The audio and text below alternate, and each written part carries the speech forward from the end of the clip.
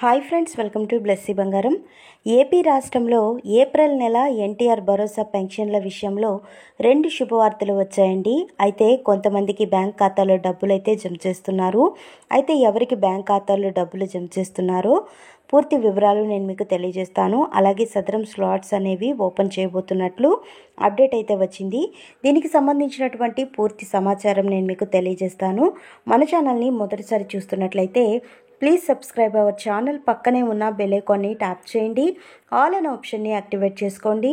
Please friends like చేయండి. Government నుంచి వచ్చే ప్రతి చిన్న అప్డేట్ ఎప్పటికప్పుడు నేను మీకు తెలియజేస్తూ ఉంటాను. రాష్ట్ర వ్యాప్తంగా ఉన్నటువంటి దివ్యాంగులు ఎవరైతే ఉన్నారో వారు పెన్షన్ పొందాలంటే దివ్యాంగ పెన్షన్ల కింద సదరం స్లాట్స్ అనేవి బుక్ చేసుకోవాలి. సదరం సర్టిఫికేట్ అనేది చాలా అవసరం అండి. సో 3 నెలల నుంచి అయితే సదరం సర్టిఫికేట్స్ అనేది జారీ చేయలేదు మన యొక్క ఏపీ ప్రభుత్వం వారు. ఎందుకు అంటే కనుక ప్రస్తుతం ఏపీలో ఎన్టీఆర్ భరోసా పెన్షన్ల వెరిఫికేషన్ అయితే చేస్తున్నారు. గత 2 నెలల నుంచి అయితే ఈ యొక్క దివ్యాంగులకు సంబంధించిన పెన్షన్ వెరిఫికేషన్లు జరుగుతున్నాయి. కాబట్టి సదరం స్లాట్స్ అనేవి ఇష్యూ చేయడం సరికాదని నిలుపుదల చేశారు. సో తాజాగా వచ్చినటువంటి ఉత్తర్వుల ప్రకారం ఏపీలో ఏప్రిల్ 1వ తేదీ నుంచి మనకు ఈ యొక్క సదరం సర్టిఫికేట్స్ అనేవి ఇష్యూ చేసేందుకు ప్రభుత్వం గ్రీన్ సిగ్నల్ అయితే ఇవ్వడం జరిగింది. సో దీనికి సంబంధించి అఫీషియల్గా ఒక జీవో కూడా అయితే మనకు విడుదల చేశారు. సో మనకు ఈ యొక్క సదరం స్లాట్స్ అనేవి ఎప్పుడు విడుదల చేశారు అని చూసుకున్నట్లయితే మనకు 25/3/2025 సో మనకు ఈ 25వ తారీఖున అయితే ఈ స్లాట్స్ గురించి జీవో పాస్ చేయడం జరిగిందండి. సో ఏప్రిల్ 1 నుండి తిరిగి పునఃప్రారంభం అంటూ ఇచ్చారు. సో మనం ఇక్కడ కనుక గమనించినట్లయితే సదరం స్లాట్స్ ఏప్రిల్ 1 నుండి తిరిగి ప్రారంభం. రాష్ట్రంలో దివ్యాంగుల పెన్షనర్ల వెరిఫికేషన్ కారణంగా జనవరిలో విడుదల కావాల్సిన సదరం స్లాట్స్ నిలిపివేయబడ్డాయి. దివ్యాంగ సంఘాల విజ్ఞప్తుల మేరకు వెరిఫికేషన్తో పాటు స్లాట్స్ తిరిగి ప్రారంభించి అర్హులైన వారికి సర్టిఫికేట్లు అందజేయనున్నాము. ఈ స్లాట్స్ ఎంపిక చేసిన ఏరియా, జిల్లా, సో టీచింగ్ ఆసుపత్రులు, జీజీహెచ్లలో ప్రతి మంగళవారం అందుబాటులో ఉంటాయి.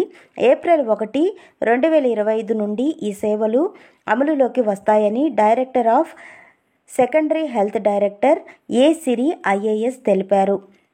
దయచేసి ఈ వార్తను అన్ని ప్రముఖ పత్రికలలో ప్రచురించవలసిందిగా మనవి చేస్తున్నాము అంటూ కూడా కోరారు. సో మనకు ఈ యొక్క సర్టిఫికేట్స్ అనేది మనకు జీవో పాస్ చేశారండి. సో మనకు ఈ సదరం స్లాట్స్ అనేవి ఏప్రిల్ 1వ తారీఖు నుంచి అయితే మనం బుక్ చేసుకోవడానికి వీలు కల్పిస్తున్నారు. సో మనకు ఏవైతే జీజీహెచ్లు ఉన్నాయో అక్కడ, మళ్ళీ టీచింగ్ ఆసుపత్రులు ఏవైతే ఉన్నాయో అక్కడ కూడా ఈ యొక్క వెరిఫికేషన్కి సంబంధించి ఇస్తున్నారు.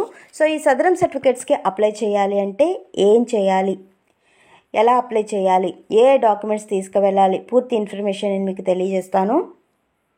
సో మీరు సచివాలయాల ద్వారా అప్లై చేసుకుంటే మీ యొక్క ఆధార్ కార్డు, అలాగే మీ passport size photos, rice card అయితే కావాల్సి ఉంటుంది.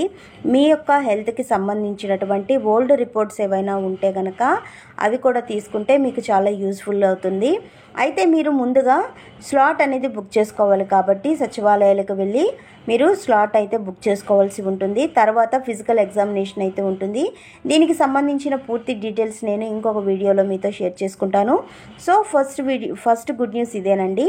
సెకండ్ వన్ చూస్తే కనుక ఏప్రిల్ నెలలో కొంతమందికి బ్యాంక్ అకౌంట్లో డబ్బులు జమ చేస్తారు అన్నాను కదా.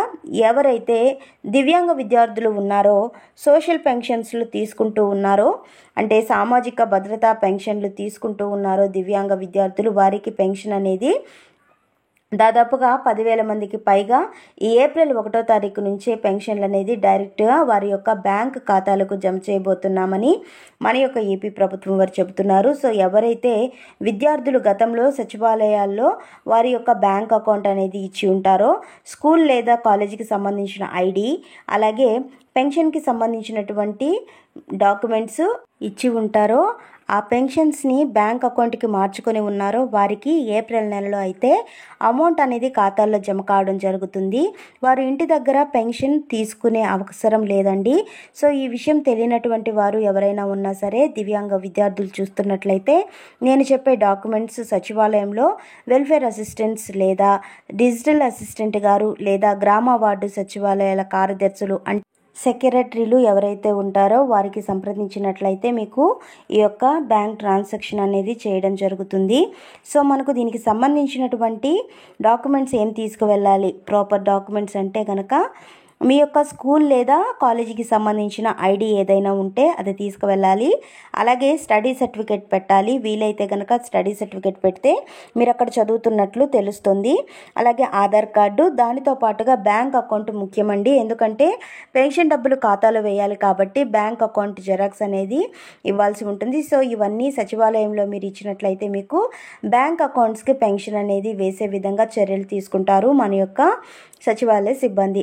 ఇకపోతే కొత్త పెన్షన్లు ప్రతి నెలలో కూడా స్పౌజ్ పెన్షన్లు అనేది ఉంటాయి. కాబట్టి ఏప్రిల్ నెలలో కూడా ఈ యొక్క స్పౌజ్ పెన్షన్లు అయితే వస్తాయి. ఎవరైతే ఒక ఇంట్లో ఉన్నటువంటి యజమాని మరణిస్తారో ఆ మరణించినటువంటి యజమాని యొక్క భార్య ఎవరైతే ఉన్నారో ఆ మహిళకు ఏ నెలలో మరణిస్తారో ఆ పక్క నెల నుంచి ఈ స్పౌజ్ పెన్షన్లు అనేది ఇవ్వడం జరుగుతుందండి. సో దీనికి సంబంధించి కూడా అప్లై చేసుకోవచ్చు.